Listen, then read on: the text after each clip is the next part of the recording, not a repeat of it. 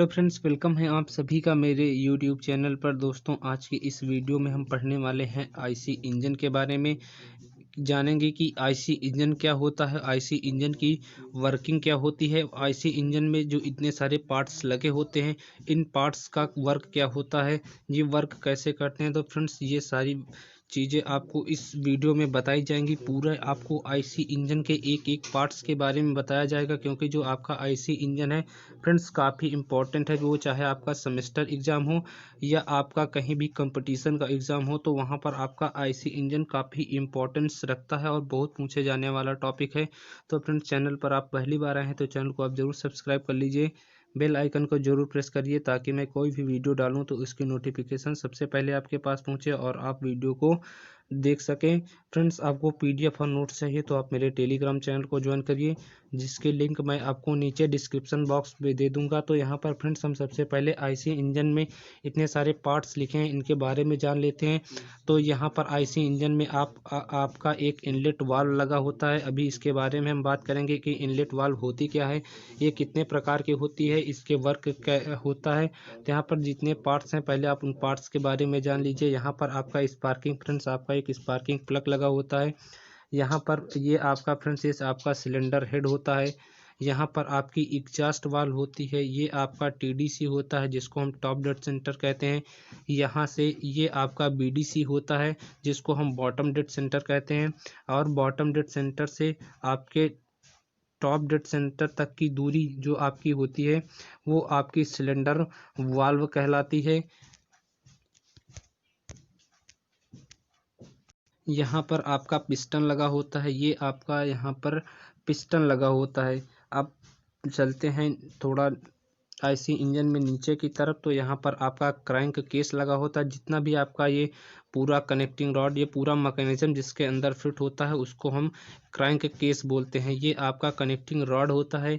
यहाँ पर आपकी क्रैंक पिन लगी होती है, जिसको हम गजन पिन के नाम से भी जानते हैं। ये फ्रेंड्स आपका यहाँ पर क्रैंक होता है, और ये यहाँ पर आपका क्रैंक शाफ्ट लगा होता है। तो अब फ्रेंड्स, बात करते हैं कि क्रैंक केस होता क्या है।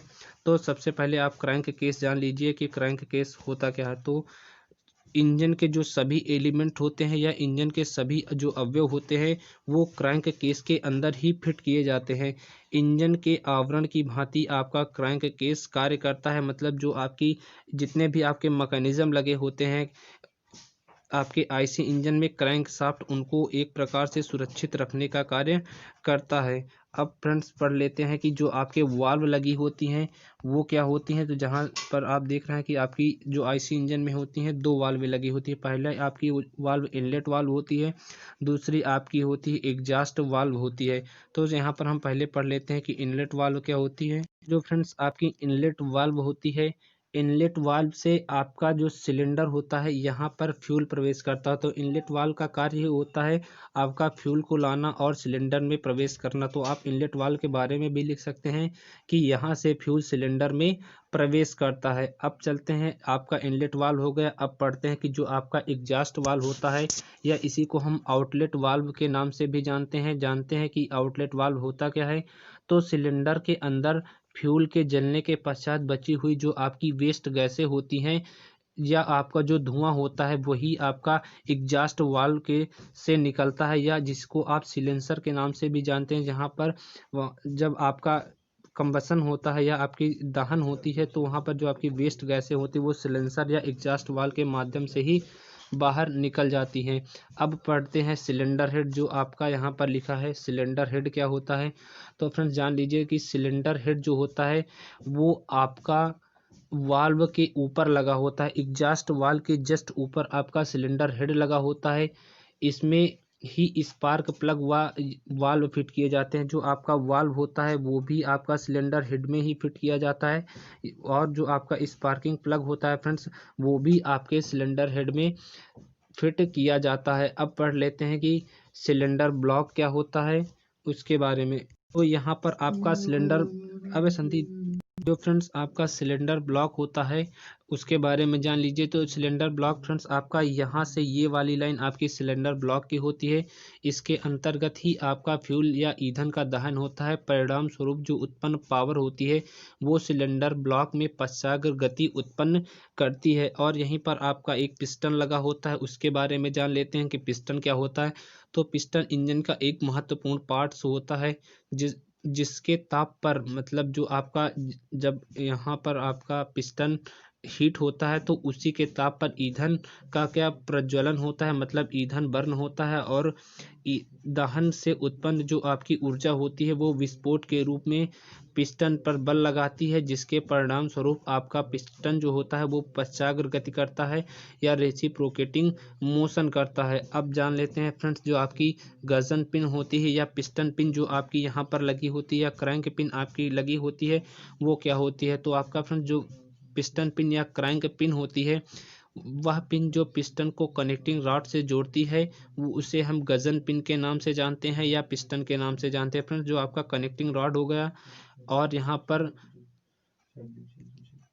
फ्रेंड्स यहाँ पर थोड़ा सा मिस्टेक हुआ है, यहाँ पर आपकी गजन पिन नहीं लगी होती है। जो आपकी गजन पिन लगती है वो आपको जो आपका पिस्टन होता है और कनेक्टिंग रॉड उसको जोड़ने में प्रयोग की जाती है। तो फ्रेंड्स आप इसको सही कर लीजिएगा। जो आपकी गजन पिन होती है वो यहाँ पर पिस्टन और कनेक्टिंग रॉड को जोड़ने का कार्य करती है। तो यहाँ पर फ्रेंड्स आपको यहाँ पर थोड़ा सा सुधार करना पड़ेगा। जो आपको वहाँ पर अभी बताया गया था कि जो यहाँ पर आपका गजन पिन लगा होता है तो गजन पिन का कार्य क्या होता है या इसी को हम पिस्टन पिन के नाम से भी जानते हैं। तो वह पिन जो पिस्टन को कनेक्टिंग रॉड से जोड़ती है गजन पिन या पिस्टन पिन कहलाती है। तो फ्रेंड्स आपका पिस्टन पिन या गजन पिन आपका यहाँ पर लगा होता है। अब बात करते हैं आपके क्रैंक के बारे में कि क्रैंक क्या होता है, जो कि आपकी आईसी इंजन में यहाँ पर उपलब्ध होता है या यहाँ पर आपका रहता है। तो क्रैंक पिन क्या होता है, या पिस्टन से प्राप्त जो आपकी पश्चाग्र गति होती है वो क्रैंक शाफ्ट की रोटरी गति में कन्वर्ट करती है। मतलब आपका जो पिस्टन के द्वारा जो रेसिप्रोकेटिंग मोशन उत्पन्न होता है वो आपको क्रैंक शाफ्ट की रोटरी गति में जो आपके रेसिप्रोकेटिंग मोशन होता है उसको कन्वर्ट कर देता है। चाहे तो आप ये भी लिख सकते हैं जो कि क्रैंक शाफ्ट का कार्य होता है कि पिस्टन से प्राप्त रेसिप्रोकेटिंग मोशन को क्रैंक शाफ्ट की रोटरी गति में कन्वर्ट करना।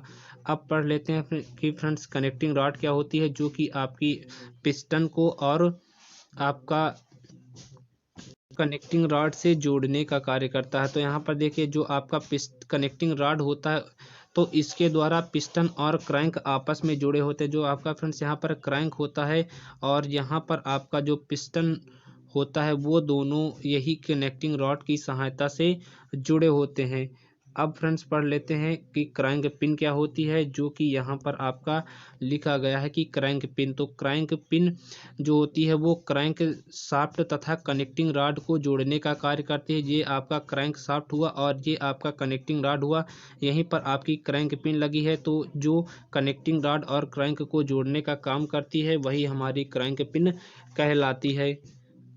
अब बात करते हैं आपके क्रैंक शाफ्ट के बारे में कि क्रैंक शाफ्ट क्या होता है। क्रैंक शाफ्ट द्वारा पिस्टन से प्राप्त पश्चाग्र गति को घुमाव गति में परिवर्तित किया जाता है। तो फ्रेंड्स आपका जो क्रैंक शाफ्ट होता है उसका कार्य होता है जो भी आपके पिस्टन से प्राप्त पश्चाग्र गति होती है उसको क्रैंक शाफ्ट की रोटरी गति में कन्वर्ट करना ही हमारा क्रैंक शाफ्ट का कार्य होता है। अब पढ़ लेते हैं फ्रेंड्स टीडीसी के बारे में कि टीडीसी होता क्या है। तो आप सबसे पहले टीडीसी का पूरा नाम लिख लीजिए, जिसको हम टॉप डेड सेंटर के नाम से जानते हैं। अब जानते हैं कि टीडीसी क्या होता है। तो पिस्टन की वह अवस्था जहां पर मतलब पिस्टन आपका वॉल के सबसे समीप होता है वही आपका टीडीसी कहलाता है। तो आपका जो टीडीसी है वो आपके यहाँ पर वाल्व से मतलब ये जो वाल्वें लगी होती हैं उसी के सबसे पास होता है, तो वो आपका टीडीसी कहलाता है। अब बात करें आपके बीडीसी की, तो बीडीसी को हम बॉटम डेड सेंटर के नाम से जानते हैं। अब बीडीसी के बारे में जान लेते हैं। तो पिस्टन की यह वह अवस्था होती है जिससे हमारा पिस्टन वाल्व से अधिकतम दूरी पर स्थिर होता है, वो हमारा बॉटम डेड सेंटर कहलाता है या हमारा बीडीसी कहलाता है। तो बीडीसी को आप ऐसे भी लिख सकते हैं कि पिस्टन की ऐसी अवस्था जो हमारे वाल्व से अधिकतम दूरी पर होती है वो हमारी बीडीसी कहलाती है। अब फ्रेंड्स जान लेते हैं कि बोर क्या होता है। बोर के बारे में चलिए अब सीधा हम बोर की डेफिनेशन पे चलते हैं, क्योंकि जो आपके आईसी इंजन के पूरे पार्ट्स हैं यहाँ पर कंप्लीट हो चुके हैं फ्रेंड्स। अब हम पढ़ लेते हैं कि बोर क्या होता है। आपको फ्रेंड्स इसकी पीडीएफ और नोट्स मेरे टेलीग्राम चैनल पर मिल जाएगी, तो फ्रेंड्स आप सभी लोग टेलीग्राम चैनल को ज़रूर ज्वाइन करिए। तो यहाँ पर हम फ्रेंड्स पढ़ते हैं बोर। जो आपका बोर होता है फ्रेंड्स वो सिलेंडर के आंतरिक व्यास को बोर कहते हैं। जो आपका सिलेंडर का फ्रेंड्स आंतरिक व्यास होता है उसी को हम बोर कहते हैं। और जो आपका इसका बोर का मान होता है फ्रेंड्स वो हमेशा एमएम में लिया जाता है। जो आप यहाँ पर फ्रेंड्स आपका सिलेंडर का कुछ आंतरिक व्यास दिखाया गया है, यही जो आपका आंतरिक व्यास होता है फ्रेंड्स इसी को हम बोर कहते हैं। और यहाँ पर आपकी पिस्टन की अवस्था दिखाई गई है कि जब पिस्टन हमारा टीडीसी पर होता है तो किस प्रकार रहता है, और जब हमारा पिस्टन बीडीसी पर रहता है तो किस प्रकार का रहता है। अब फ्रेंड्स हम पढ़ लेते हैं कि स्ट्रोक क्या होता है उसके बारे में। तो पिस्टन के द्वारा बीडीसी से टीडीसी तक तय की गई जो दूरी होती है वो पिस्टन का स्ट्रोक कहलाती है। इसे हम कैपिटल एस से भी डिनोट करते हैं, चाहे तो आप इस प्रकार भी लिख सकते हैं, पिस्टन के द्वारा बीडीसी से टीडीसी तक चली गई दूरी हमारी इस पिस्टन का स्ट्रोक कहलाती है। अब फ्रेंड्स पढ़ लेते हैं कि क्लियरेंस वॉल्यूम क्या होती है या अंतर आयतन क्या होता है उसके बारे में। तो यहाँ पर जब पिस्टन टीडीसी पर होता है तो पिस्टन के ऊपर जो दहन कक्ष सहित आयतन आपका क्लियरेंस वॉल्यूम कहलाता है। यहाँ पर फ्रेंड्स आप ऐसे भी समझ सकते हैं कि जब हमारा पिस्टन टॉप डेड सेंटर पर होता है तो पिस्टन के ऊपर जो आपका दहन कक्ष सहित जो आयतन होता है वही हमारा फ्रेंड्स क्लियरेंस वॉल्यूम कहलाता है। इसे हम वीसी से डिनोट कर लेते हैं। अब पढ़ते हैं फ्रेंड्स हम पिस्टन विस्थापन के बारे में या स्वेप्ट वॉल्यूम क्या होती है उसके बारे में जान लेते हैं। तो पिस्टन को टीडीसी से बीडीसी तक जाने में जो वॉल्यूम निर्मित होता है या जो आयतन निर्मित होता है उसे हम स्वेप्ट वॉल्यूम कहते हैं। इसे हम वीएस से भी प्रदर्शित करते हैं। इसको आप ऐसे भी याद कर सकते हैं कि जो आपका स्वेप्ट वॉल्यूम होता है टीडीसी से बीडीसी तक जाने में जो हमारा आयतन उत्पन्न होता है या निर्मित होता है उससे हम स्वेप्ट वॉल्यूम के नाम से जानते हैं। स्वेप्ट वॉल्यूम निकालने का फ्रेंड्स आपका फार्मूला होता है BS बराबर π/4 D² इंटू S होता है। यहाँ पर जो आपका D² इसका व्यास होता है और जो आपका फ्रेंड्स S होता है वो आपके स्ट्रोक को बताता है। तो यहाँ पर फ्रेंड्स एस आपका स्ट्रोक बताता है, डी आपका व्यास बताता है और π/4 VS बराबर π/4 D²S आपका फार्मूला होता है स्वेप्ट वॉल्यूम निकालने का। अब फ्रेंड्स पढ़ लेते हैं कि सिलेंडर का कुल आयतन क्या होता है उसके बारे में। तो स्वेप्ट वॉल्यूम तथा क्लियरेंस वॉल्यूम का जो योग होता है वही आपका सिलेंडर का कुल आयतन कहलाता है। इसे फ्रेंड्स हम सेंटीमीटर क्यूब में लिखा जाता है या इसे हम सेंटीमीटर क्यूब में व्यक्त करते हैं। अब फ्रेंड्स नेक्स्ट पढ़ते हैं आपका जो कंप्रेशन रेशियो होता है उसके बारे में। तो सिलेंडर में कुल आयतन तथा क्लियरेंस वॉल्यूम का अनुपात आपका कंप्रेशन रेशियो कहलाता है। तो इसका आप फार्मूला भी याद कर सकते हैं, R बराबर VS + VC अपान VC, जहां R आपका फ्रेंड्स कंप्रेशन रेशियो के बारे में बताता है, VS आपका स्वेप्ट वॉल्यूम के बारे में बताता है और VC जो आपका फ्रेंड्स होता है वो क्लियरेंस वॉल्यूम के बारे में बताता है। अब फ्रेंड्स आपके लिए कुछ नोट पॉइंट है, इसको आप नोट कर लीजिएगा। पेट्रोल इंजन का जो फ्रेंड्स आपका संपीड़न अनुपात होता है वो 5:1 से लेकर 10:1 तक हो सकता है या होता है। नेक्स्ट आपका आता है डीजल इंजन का फ्रेंड्स जो आपका संपीड़न अनुपात होता है वो 14:1 से लेकर 20:1 तक होता है।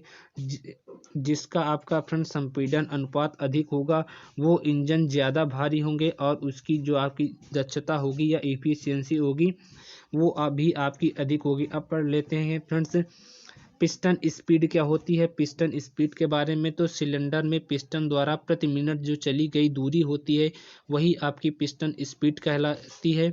इसे हम मीटर प्रति मिनट में व्यक्त करते हैं। अब फ्रेंड्स पर आपका जो नेक्स्ट टॉपिक है क्लासिफिकेशन ऑफ आईसी इंजन, इसको हम फ्रेंड्स नेक्स्ट वीडियो में कवर करने वाले हैं। तो फ्रेंड्स चैनल पर आप पहली बार आए हैं तो चैनल को आप जरूर सब्सक्राइब कर लीजिए।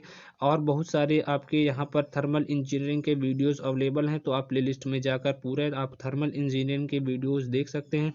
फ्रेंड्स उम्मीद करता हूँ वीडियो पसंद आया हो तो वीडियो को लाइक और शेयर जरूर करें। चैनल पर पहली बार आए हैं तो चैनल को आप जरूर सब्सक्राइब कर लीजिए।